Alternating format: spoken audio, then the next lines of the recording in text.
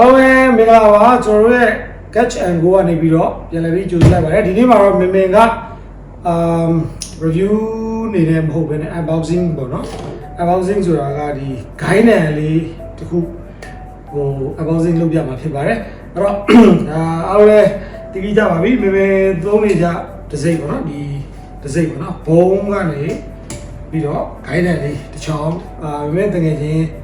လိုချင်တယ်ပြောလို့မျိုးမှားပေးတာပေါ့နော်မှားပေးတော့အဲ့ဒါလေးကိုဒီနေ့ရောက်လာပြီအဲ့ဒါပြီးတော့ unboxing လုပ်ပြပေးမှာဖြစ်ပါတယ်โอเคဆိုတော့အားလုံးပဲစရကြမယ်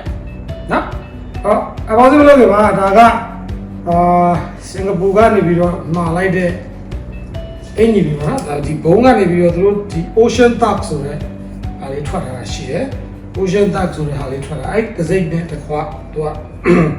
ဟိုထွက်တဲ့အင်ဂျီလေးပေါ့နော် fishing shot ပဲပြောပါတော့နော်သူက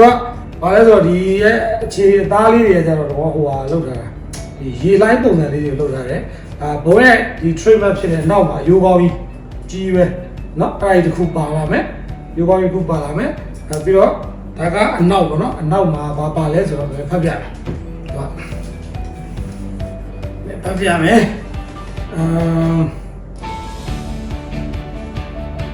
beginning of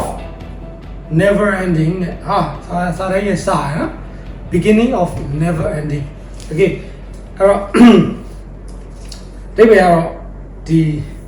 never ending ဆိုတာဆုံးမရှိခြင်းရဲ့အစပါတဲ့နော်အဲ့တော့ပြောရရင်ရှေ့လျှောက်ပို့ပြီးကြမ်းအောင်ပါဘောအဲ့တော့ဒီရှေ့ပါလေသူကစာရလေးပါသေးတယ်ဒါက Ocean Duck လို့ခေါ်တာသူတို့ရဲ့အခုဒီအသစ်ထွက်တဲ့ guide နဲ့နာမည်အဲ့ဒါကိုဆွဲပြုတ်ပြီးတော့ဒီညီကိုထုတ်တာရဲ့နောက်ပြီးတော့ Wonder Duck Mix ဒါအောက်ကသူတို့စာတမ်းပေါ့ဗျာနော်ဒါပါတော့ဒါပေမဲ့ကတော့ဒီပေါင်180လောက်ရှိရဆိုအိတ်ဆန်ဝတ်တယ်ဒါပေမဲ့သူတို့ရဲ့အိတ်ဆန်က international အိတ်ဆန်ဖြစ်တဲ့အတွက်ကြောင့်မလို့နည်းနည်းလေးတော့ကြီးတယ်ဒါပေမဲ့ဒါဝတ်မယ်ဆိုရင်လည်းပြန်ပြီးတော့ပြင်ရမယ့်ပုံစံမှာရှိတယ်ပေါ့နော်နောက်တစ်ခုကျတော့အင်ဂျီမှာပဲညီကိုတွေပေါ့နော်ဒီလိုအင်ဂျီမျိုးတွေတကယ်လို့ကြိုက်တယ်ဆိုလို့ရှိရင်ဟိုဒီ local မှာကျွန်တော်တို့ထုတ်တဲ့အင်ဂျီ site တွေရှိတယ်ပေါ့နော်အဲ့ဒီ site တွေကိုဒီမမှတ်ပါနဲ့ international site တွေတစ် site လောက်ကိုကြီးပါတယ်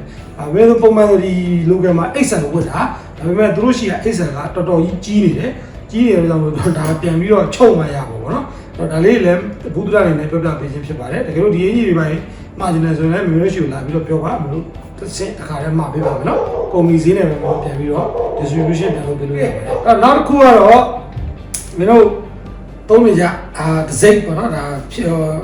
ရန်လည်းကြိုက်တယ် travel rock ဖြစ်တယ်ဒါဘုံပေါ့နော်ဒီကောင်တွေပါနော်အဲ့လေးကိုဒီနေ့ unboxing လုပ်ပေးမှာဖြစ်ပါတယ် unboxing လုပ်မှာဖြစ်ပါတယ်အဲ့တော့ဒီကောင်မှာရတဲ့ guide လေးက PVC 684နော် medium heavy okay နော်အဲ့လေးကိုမှာရတဲ့အဲ့တော့သူ့ရဲ့ဘုံစိမ့်ပါမယ်ဒီမှာ Vogue ဆိုတဲ့စာတမ်းပါမယ်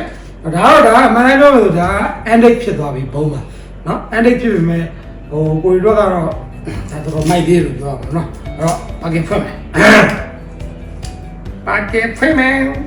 โอเคတော့ဒါအခုဒါသူ့ရဲ့အိတ်ခောက်ထားတာလေးကိုဖြတ်လိုက်တာ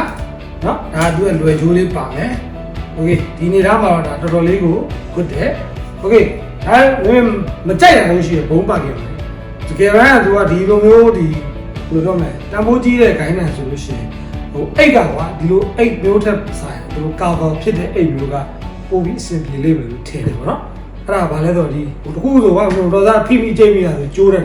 မင်းချောင်းကျိုးဘူးလေโอเคနော်တော့အားလေးကိုဆက်ဆွဲမယ်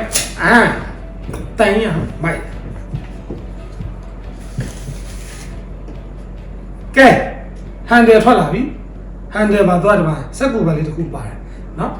စက်ကူပဲလေးတစ်ခုပါဒါလေးထားလိုက်မယ်ဖတ်ပြမယ် limited renica အဲ့တော့နော် limited renica customer copy ဒါ customer ကိုပေးတဲ့ renica ပေါ့နော်သူတို့ရှိမှလည်းဒီလို receipt တစ်ခုရှိနေမယ်အဲ့တော့တစ်ခုခုသာဟိုကျိုးသွားတာမျိုးဆိုရင်သူတို့ဘက်ကပြန်ပြီးတော့အစားပေးပါတယ်အဲ့တော့ဘာလို့အစားပေးလဲဆိုတော့မင်းကိုယ်တိုင်စားရဘူးလို့ပေးတယ်လို့ပြောရတာပါနော်ရှိပါပြီးရင်ဆက်ပြောပြမယ်။ဘာကြောင့်အစားရလဲဆိုတော့ okay ဝယ်ရနေ့ကစပြီး14ရက်ပြင်သူတို့ရှိကိုဒီ receipt ကိုဖောင်ဖြည့်ပြီးတော့မေးပို့ပေးရမယ်တဲ့နော်။အဲ့ဒါဆိုသူတို့ရှိကလည်းပြန်သိမ်းပေးမယ်ပေါ့နော်ဒီရဲ့ဟိုမှတ်တမ်းလေးပါနော်။အောက်မှာပြီးရင်ကိုကဘာဖြည့်ရမလဲဆိုတော့ဒီနာမည်ဖြည့်ရမယ် address ဖြည့်ရမယ်နော်။ပြီးရင် model number ဖြည့်ရမယ် purchase date ကိုဖြည့်ပေးရမယ်။ အဲ့ဒါလို့ရှိရင်ပြီးတာနဲ့ဒီဟာလေးကိုသူတို့ရဲ့ဘုံရဲ့ဒီ mail ရှိတယ်ပေါ့နော်အဲ့ website ကို mail ပြန်ပို့လိုက်တာနဲ့သူတို့ကဒီ Renica ကစပြီးတော့ activate ဖြစ်သွားတယ်โอเคနော်ပြီးတော့ဒီ Bone Rock တဲ့ limited 1 year running တစ်နှစ် running ပေးထားတဲ့အခါပါတယ်เนาะအဖျားထုတ်လိုက်မယ်เนาะထွက်လာပါပြီโอเคဒါက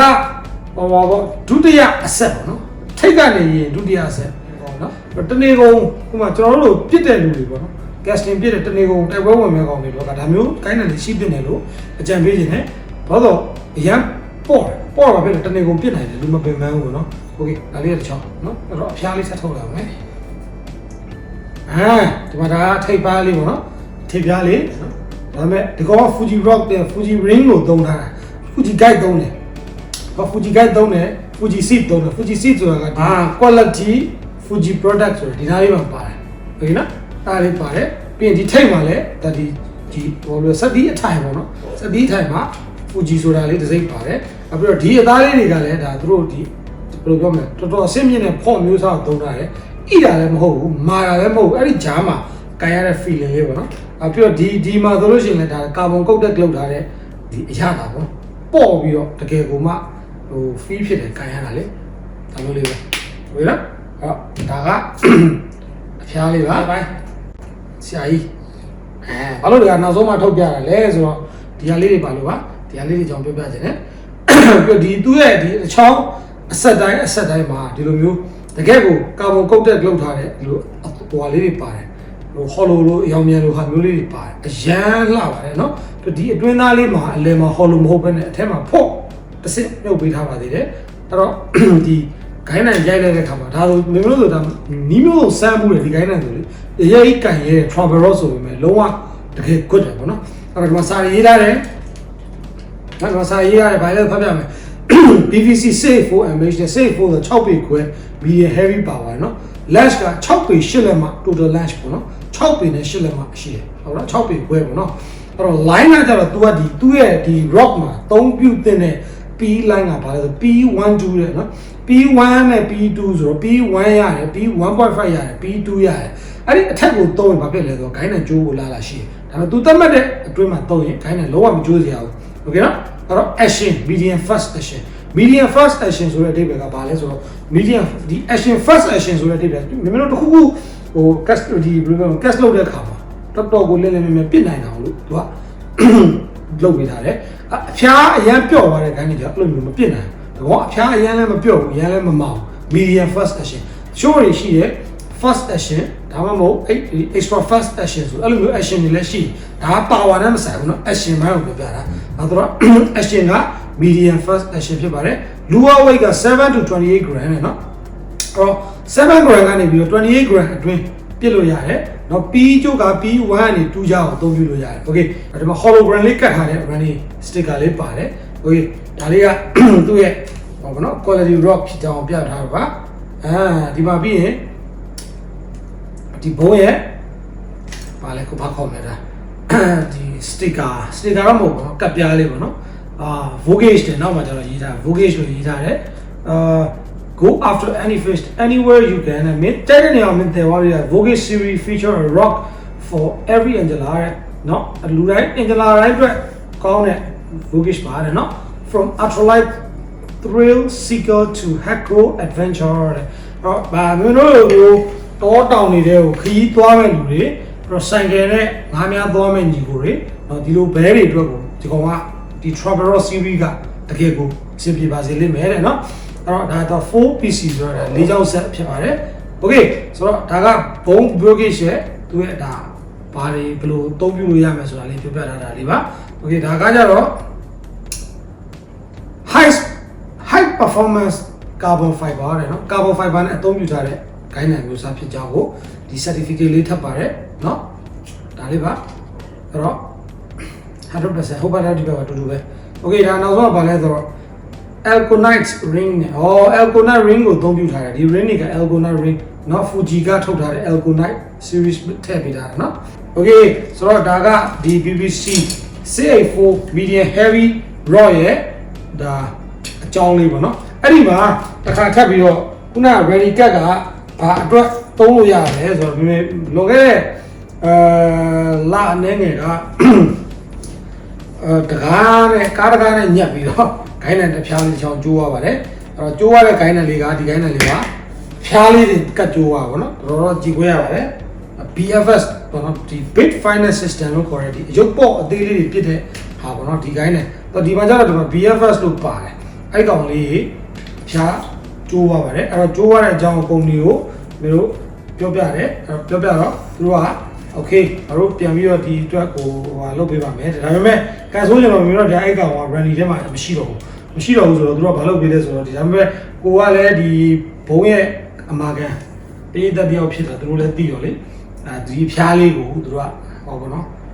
လက်ဆောင်ပြန်ထည့်ပေးလိုက်တယ်အမှန်တော့ running ထဲမှာတော့မပါဘူးဒါပေမဲ့သူတို့ဘက်ကတာဝန်ယူတာဝန်ခံမှုကောင်းတယ်ဆိုတော့သူတို့အဲ့ဒါလေးကိုလက်ဆောင်ပြန်ပြီးထည့်ပေးလိုက်တယ်အဲ့တော့ဒါလေးကအချောက်အကောင်းတိုင်းပြန်ဖြစ်သွားတာပေါ့နော်အခုကိုလည်းဒါနောက်ပိုင်းကျရင်ဒါအယုတ်ပြလို့ရှိရင်ဒါအယုတ်ပေါ့လေးပြလို့ရှိရင်သုံးလို့ကောင်းတယ်ဒီကောင်လေးက light action လေးဖြစ်တာပေါ့နော်ပေါ့လေးပဲ weight ကတစ်ချောင်းလုံးရဲ့ weight ကိုမှသူကဟိုလောက်ပဲရှိမယ်တင်တယ် gram က20 gram အဲ့လောက်ပဲရှိမယ်တင်တာနော်အဲ့လောက်ပဲရှိမယ်အလေးတွေနဲ့ပြောရင်10သားလောက်ပါနော်10သားလောက်ငါးချက်သား10သားလောက်ပဲရှိတယ်တော်လေးပေါ့တော့ဘာတွေကောင်းလဲဆိုတော့တနေကုန်ပြစ်မဲ့လူတွေနော်ခီးသွားပါသွားလွေတဲ့ထက်ပါအမေဆိုတာနိုင်ငံခြားပိုင်းသွားပြီးငါများခဲ့တော့ကြောက်ပွေတဲ့ထက်ပါတယ်ဘယ်သူမှလည်းမမေးဘူးเนาะဟိုမဟုတ်လို့ရှိရင်ဟိုအရှိကြီးတွေဆိုရင်သူတက်ပတ်စံထပ်ပေးရတယ်ပဲရှိတယ်အဲ့တော့ဒါကတော့ဟိုတရားပြတာလွယ်တယ်ပေါ့နော်ကိုရောက်တဲ့နေရာမှာများရင်ပိတ်ဆွတ်လိုက်အောင်ပဲเนาะအဲ့တော့ငပိကြော်ရပါတော့မများနဲ့ပေါ့ဗျာတိမ်သွားလို့ရင်တော့နှမျောစရာကြီးပေါ့နော်အဲ့တော့ဒါကအလုံးပေါင်းသူတို့ဒီ guide နဲ့တန်ဖိုးကဒေါ်လာ280လောက်ကျတယ်ဟုတ်ရနော်အဲ့တော့ဒီမှာတေယူကဘာညာနဲ့ပေါင်းလိုက်မယ်ဆိုရင်ဘာညာပေါ့ဖြစ်လို့ရှိโอเคဒါတော့ကျွန်တော်ရဲ့ guide လေးနဲ့အင်ကြီးလေးကြောင်းကျွန်တော် unboxing လုပ်ပြီးတော့ review လေးလုပ်ပေးခြင်းဖြစ်ပါတယ်အဲ့တော့ပြီးလို့ရမှရှိရင်ကျွန်တော်ညီကိုတွေကျွန်တော်ရှိမှလာပြီးတော့မေးလို့ရပါတယ်ဒီ guide နဲ့ကြောင်းတော့ကျွန်တော်ရှင်းပြပေးပါမယ်နော်โอเคဆိုတော့ဒါကျွန်တော်ရဲ့ review မဟုတ်ဘဲနဲ့ review လည်းဖြစ်တယ် unboxing လည်းဖြစ်တယ်ပေါ့နော်ဒါလေးကိုဘုဒ္ဓအနေနဲ့ပြောပြခြင်းဖြစ်ပါတယ်အားလုံးပဲကျေးဇူးတင်ပါတယ်